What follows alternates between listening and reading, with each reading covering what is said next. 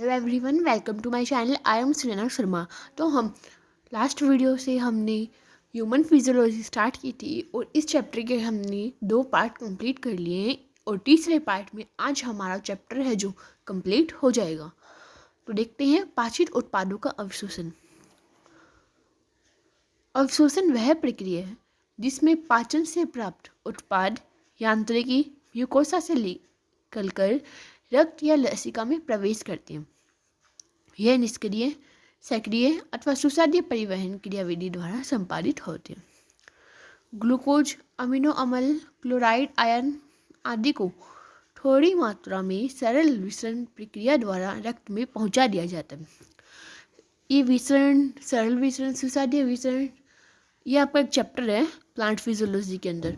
इसके अंदर आपको बहुत ही अच्छी तरह समझ आएगा, तो हम वहाँ पे इसको कंटिन्यू करेंगे। ठीक है, तो जो हमने क्या है यहाँ, क्या हम पढ़ के आ रहे हैं, पहले ये देखिए। पाचित उत्पादों का अवशोषण की भोजन ले लिया, ग्रहण कर लिया, जो सबसे इम्पोर्टेंट है उससे अवशोषण, पौष्टिक पदार्थों को ग्रहण करना, प्राप्त करना। इन पदार्थों का रक्त में पहुंचना सांद्रण प्रवणता पर निर्भर करता है। हालांकि ग्लूकोज और अमीनो एसिड जैसे कुछ पदार्थ वाहक प्रोटीन के माध्यम से अवशोषित होते हैं। इस क्रियाविधि को सुसाद्य परिवहन कहते हैं। नॉर्मल परिवहन होता है उच्च सांद्रता से निम्न सांद्रता की तरफ, लेकिन जो सुसाद्य होता है उसमें पदार्थों के परिवहन के लिए एक प्रोटीन झिल्ली होती है जिसके माध्यम से पदार्थ है वो परिवहित होती है। जल का परिवहन परासरणी प्रवणता पर निर्भर करता है। सक्रिय परिवहन सांद्र प्रवणता के विरुद्ध होता है जिसके लिए ऊर्जा की आवश्यक होती है। यहाँ पे एटीपी की नीड होगी। विभिन्न पोषक तत्व जैसे अमीनो अम्ल, ग्लूकोज और सोडियम आयन का रक्त में अवशोषण इसी क्रियाविधि द्वारा होता है। तो ये आपसे पूछा जा सकता है कि किस क्रियाविधि का द्वारा होता है। अमीनो अम्ल, ग्लूकोज और सोडियम आयन का अवशोषण किस क्रियाविधि के द्वारा होता है, बताइए।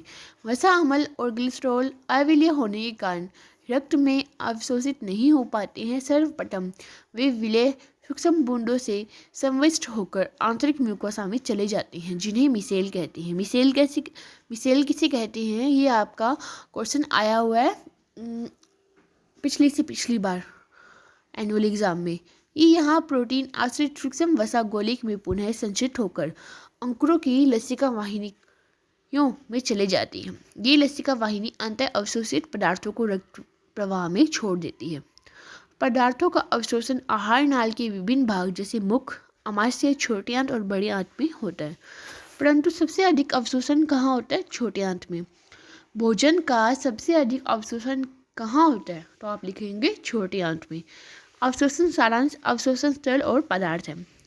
आपकी जो तालिका 16.1 इसके बारे में भी दिया गया है कि कौन से पदार्थ का कहाँ पे अवशोषित होता है। आप इसको पढ़ना। और कुछ ना समझ आए तो आपको कमेंट सेक्शन में आप जो भी डाउट पूछेंगे आपको उसका जवाब जरूर मिलेगा। पाचक अवशिष्ट मलाशय में कठोर होकर संबद्ध मल बन जाता है जो तांत्रिकी प्रतिवर्ती क्रिया को शुरू करता है जिसे मल त्याग की इच्छा पैदा होती है। मल द्वार से मल का बहिर्क्षेपण एक ऐच्छिक क्रिया है जो एक वृहद क्रमानुकंचन गति से होता है। अब पाचन तंत्र के विकार और एनी बताए हैं, डिसऑर्डर पढ़ेंगे। आंत्र नलिका का सौ जीवाणु और विषाणु से के संक्रमण से होने वाला एक सामान्य विकार है। आंत्र का संक्रमण परजीवी जैसी फीताकृमि, गोलकृमि, सूत्रकृमि, हुकवर्म, पिनवर्म आदि से होता है। तो इसके अंदर कुछ हम पढ़ेंगे। सबसे पहले पीलिया। इसके अंदर क्या होता है, आपका यकृत है जो लीवर है वो प्रभावित होता है और जो आपकी स्किन होती है वो येलो हो जाती है। पीलिया में त्वचा और आंख पित्त वर्णकों के जमा होने के कारण पीले रंग के दिखाई देते हैं। वमन यानी वोमिटिंग। आमाशय में संग्रहित पदार्थों की मुख से बाहर निकलने की जो क्रिया है यह प्रतिवर्ती क्रिया है मेडुला में स्थित वमन केंद्र से नियंत्रित होती है। उल्टी से पहले बेचैनी की अनुभूति होती है। प्रवाहिका, इसमें क्या होता है, आंत्र की अपसामान्य गति की बारंबारता और मल का अत्यधिक पतला हो जाना प्रवाही गति कहलाता है। इसमें भोजन अवशोषण की क्रिया जो घट जाती है। कोष्ठबता यानी कब्ज। कब्ज में बृहदंत्र में मल रुक जाता है और आंतरिक गतिशीलता अनियमित हो जाती है। अब यानी इस स्थिति में भोजन पूरी तरह नहीं पचता है और पेट भरा भरा महसूस होता है। अब एंजाइम के स्राव में कमी, व्यग्रता, खाद्य विषाक्तता, अधिक भोजन करने, मसालेदार भोजन करने के कारण होता है कि ये जो क्रिया है, जब आप अधिक भोजन ग्रहण करते हैं, मसालेदार वाला भोजन ग्रहण करते हैं, तो ये क्रिया हो जाती है। आहार में प्रोटीन एवं संपूर्ण आहार कैलोरी की अपर्याप्त मात्रा कुपोषण दक्षिण एवं दक्षिण पूर्व एशिया, दक्षिणी अमेरिका तथा पश्चिमी एवं मध्य अफ्रीका के अनेक कम विकसित क्षेत्रों में विकसित समस्या है।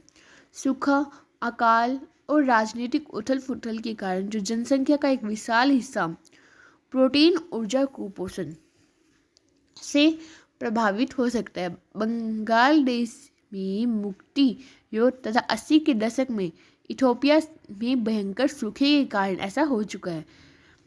ये शिशुओं एवं बच्चों को प्रभावित करता है तथा मरस्मस एवं क्वासियो रोग उत्पन्न करता है। बच्चों में जो होने वाले 2 प्रोटीन की कमी के कारण जो रोग है वो है मरस्मस तथा क्वासियोकोर। ये जो होता है प्रोटीन की और कैलोरी दोनों की एक साथ अल्पता से उत्पन्न होता है। प्रोटीन की कमी और कैलोरी की कमी जब दोनों की कमी किसी बच्चे में हो जाती है तो कौन सा रोग होता है? मरस्म। यह विकार सामान्यतः 1 वर्ष से कम आयु के शिशुओं में पाया जाता है। इसका कारण है कि शिशुओं को माँ के दूध के स्थान पर अल्प प्रोटीन और कम कैलोरी मान वाले आहार को देना। इसका मुख्य कारण प्राय कम अंतराल में पुनः गर्भधारण अथवा शिशु का जन्म होना, जबकि बड़ा बच्चा बहुत कम आयु का ही होता है। इसके अंदर प्रोटीन अल्पता के कारण वृद्धि मंद और ऊतकों की प्रोटीन का विस्थापन अत्यंत कृशकायी, शरीर एवं हाथ पैर अत्यंत पतली होती हैं, त्वचा शुष्क, पतली, झुर्रीदार हो जाती है। वृद्धि की दर एवं शारीरिक भार बहुत अधिक घट जाता है। मस्तिष्क की वृद्धि एवं विकास भी अधिक मंद होता है। मानसिक क्षमता भी असंतुलित हो जाती है। ये तो मरस्मस जो रोग है वो 1 साल से कम बच्चों वालों में होता है। क्वासियोकोर है वो प्रोटीन अत्यल्प से उत्पन्न विकार है जिसमें प्रोटीन की कमी तो नहीं होती है। यह 1 वर्ष से अधिक आयु के बच्चों का पोषण माँ के दूध के स्थान पर उच्च कैलोरी परंतु अल्प प्रोटीन अथवा आहार देने से होता है। ये मरस्मस की भांति ही क्वासियोकोर में मांसपेशियां लटक जाती है, हाथ पैर पतले हो जाते हैं, वृद्धि और मस्तिष्क का विकार रुक जाता है, परंतु मरस्मस के विपरीत त्वचा के नीचे कुछ वसा शेष रहती है, परंतु शरीर के विभिन्न भागों में अत्यधिक चोट और सूजन दृष्टि गोचर होती है। इस तरह आज जो हमारा 16 चैप्टर वो कंप्लीट हो चुका है ह्यूमन फिजियोलॉजी का। आपको इसमें कोई भी डाउट हो, कोई भी पॉइंट अगर समझ नहीं आया हो तो आप कमेंट सेक्शन में ज़रूर बताना, मैं आपको उसको अच्छी तरह एक्सप्लेन कर दूंगी। ठीक है, नेक्स्ट हम चैप्टर 21 स्टार्ट करेंगे। 17, 18 ये जो बीच के चैप्टर है हम बाद में करेंगे। 21 तंत्रिकाओं वाला चैप्टर है, बहुत इंटरेस्टिंग चैप्टर है। बिल के जिस तरह हमने फर्स्ट यूनिट और ह्यूमन फिजियोलॉजी का फर्स्ट चैप्टर कंप्लीट किया, उसी तरह हम उस चैप्टर को भी बहुत ही इजी तरह से कंप्लीट कर सकेंगे। अगर आपको ये वीडियो अच्छी लगी तो प्लीज़ वीडियो को लाइक और शेयर करना और मेरे चैनल को सब्सक्राइब करना मत भूलना। Thank you.